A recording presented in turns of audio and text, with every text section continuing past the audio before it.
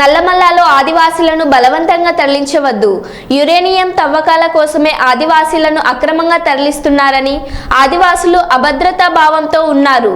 ఆదివాసులు పర్యావరణాన్ని కాపాడుతూ ఉంటారు. బయట బతికే పరిస్థితి ఆదివాసులకు లేదు. కావున వాళ్లను బలవంతంగా తరలించవద్దని విజ్ఞప్తి చేశారు శాసన మండలిలో గోరటి వెంకన్న.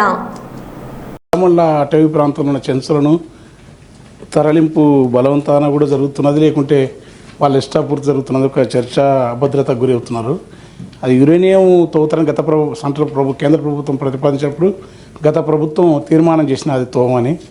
మళ్ళీ ఇప్పటికి వాళ్ళ నివాస ప్రాంతాల నుంచి వేల సంవత్సరాలుగా ఆదివాసులు అక్కడ ఉండి అడవిని రక్షించుకోవడం కాకుండా ప్రకృతి పర్యావరణాన్ని, పరిమితత్వాన్ని, ప్రశాంతతను, సహజత్వాన్ని, ఈ దేశ పునాది ఆత్మ ప్రపంచానికి గాంధీ చెప్పిన ఈ 3 సూత్రాలు ఎత్తిన వాతావరణాన్ని, పర్యావరణాన్ని కాపాడే అడవులు ఉండకుండా, తర్వాత దక్షిణ కాశీగా పేరుపడే శ్రీశైలం లాంటి క్షేత్రాన్ని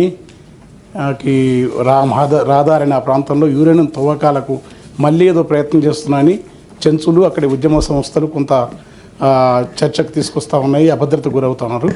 ఆ తరలింపు ఉంటే ప్రభుత్వం మీ ద్వారా అలాంటివి సరైనది కాదు. వాళ్ళని అక్కడ బలవంతాన ఎవరైనా వచ్చి ఆధునిక సమాజంలో ఉంటుంటే వాళ్ళని అవకాశాలు ఇవ్వటం మంచిదే, వాళ్ళు మారుతుంటే. కానీ వాళ్ళు అక్కడ తమ జీవితాన్ని తామున్న ప్రాంతంలో తమకక్కడ వస్తువులు మెరుగుపరిచి, తమకక్కడ నివాసస్థానం ఇచ్చి, తమకు అనుగుణమైన ఆ పోడు వ్యవసాయంలోని మెరుగైన పత్తులు ఇవ్వాలి. కానీ పూర్తిగా తరలించి తీసుకొచ్చి ఆ కొల్లాపూర్ లాంటి ప్రాంతంలోకి బలవంతాన్ని ఇస్తే చెంచు యువతులకు వాళ్ళకు రావాల్సిన భూమి ఇవ్వకపోతే కవులకు తీసుకుంటే రకరకాల విధించి జరిగిన ఘటన మీకు తెలుసు. వాటి వివరాలు ప్రపంచానికి సభ్య సమాజమే తలజింతుకునేంత క్రూరంగా, ఎంత క్రూరత్వం అంటే అంత అమానుషత్వం ఈ ప్రపంచంలో ఎవరి పట్టదరలేదు. దానికి నాగరిక సమాజం తరలించుకోవాల్సిన పరిస్థితి. అందుకని చెంచులను బలవంతం తరలించొద్దు. ఒకటి, యురేనియం ఏదైతుందో ఆ తవ్వకాలు ప్రపంచ దేశాలను నిషేధిస్తే ఆ తవ్వే పద్ధతిని రెండు తర్వాత ఒకటి అంత ఒక బాధ్యతను ఒకటే కనుక దాని చుట్టే ఈ ఫార్మా కంపెనీల పొల్యూషన్ కూడా ఖచ్చితంగా అది ఆయా దేశాలు వద్దంటే, అమెరికా, బ్రిటన్, ఇతర దేశాలు వద్దంటే మన దగ్గర తెచ్చి చేసే ప్రయత్నాలు ఎక్కువ. వాటిని ఆరోగ్య పాటించే పద్ధతులు అంటే ఒక దాంట్లో పర్యావరణ రిలేటెడ్గా మాట్లాడుతున్నా.